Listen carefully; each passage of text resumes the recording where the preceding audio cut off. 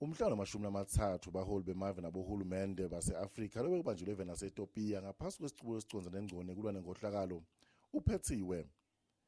Kulo mhlangano live laseSwatini lesingasiso semhlaba ingwenyama bekathi limele ngumhlonishwa uNdlunkulu Dkt. Barnabas Sibusiso Dlamini. Baholi bemave ase-Afrika bonke baphelele bebathi bathingisa tindzaba letiphatselene netekuthula nekusimama kuleli vekati lase-Afrika kanjalo nemithelelo emibi lelethiwa inkohlakalo emaveni abo. Endzabeni yekusimama nekuthula baholi bemave ase-Afrika bavumelana ngalivilinye ukuthi kuyadzingeka ukuthi emave lakhungathekile athole lusito ukuze nawo akhone ukuthi asimame. Labaholi bavumile ukuthi lusito tawudzingakala ukuthi lutholakale tinhlanganweni letfaka ekhatsi inhlangano yakamhlabuhlangene. Endzabeni yekucedza inkohlakalo ye-Afrika lebathi baholi bahlangane ngayo kakhulu, baholi bavumelene ngalivilinye ukuthi mengameli welive laseNigeria Muhammadu Buhari nguye kumele ukuthi abe nguye sihlalo waleli bandla licedza inkohlakalo ye-Afrika. Baholi bemave ase-Afrika bavumelene ngalivilinye ukuthi inkohlakalo siyithale kumele ukuthi sicedwe masinyane. Bathite labo labahamba phambili enkohlakaleni abayilandzeli imithetho yekuphila.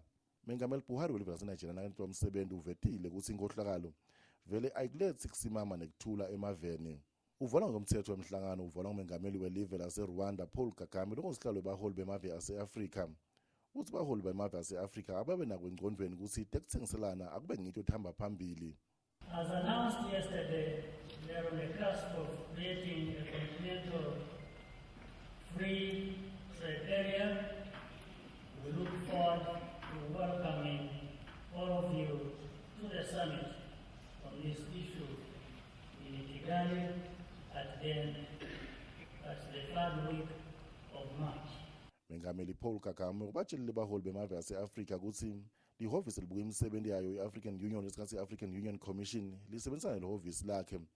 Batabe babuka ukuthi lolu sito lokulwa nenkohlakalo lungatholakala kuphi etinhlanganweni letfaka ekhatsi inhlangano yebave alabamhlophe kanjalo inhlangano letikhona emhlabeni letatuwa ukuthi tiyakhona kulwa nenkohlakalo.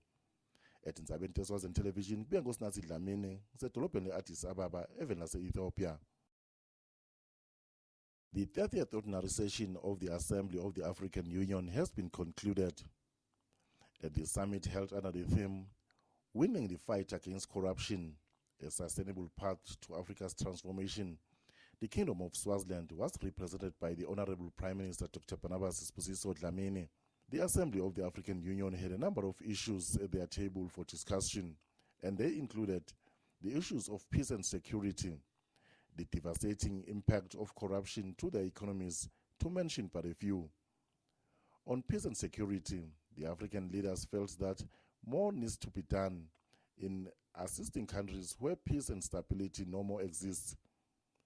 The African leaders approved the idea of seeking assistance from organizations like the United Nations. On the issue of winning the fight against corruption, the African leaders chose President Muhammadu Buhari of the Federal Republic of Nigeria.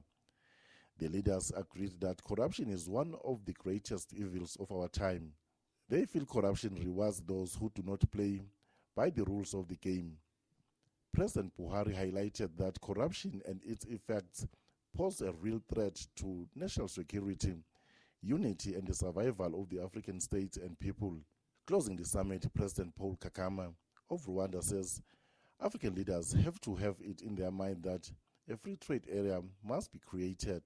As announced yesterday, we are on the cusp of creating a continental free trade area. We look forward to welcoming all of you to the summit on this issue in Kigali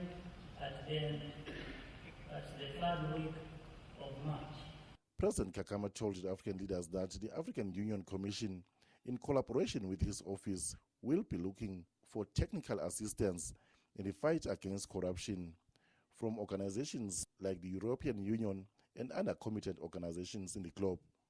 Gosnasi Dlamini reporting for Swazini Television News from Addis Ababa, Ethiopia.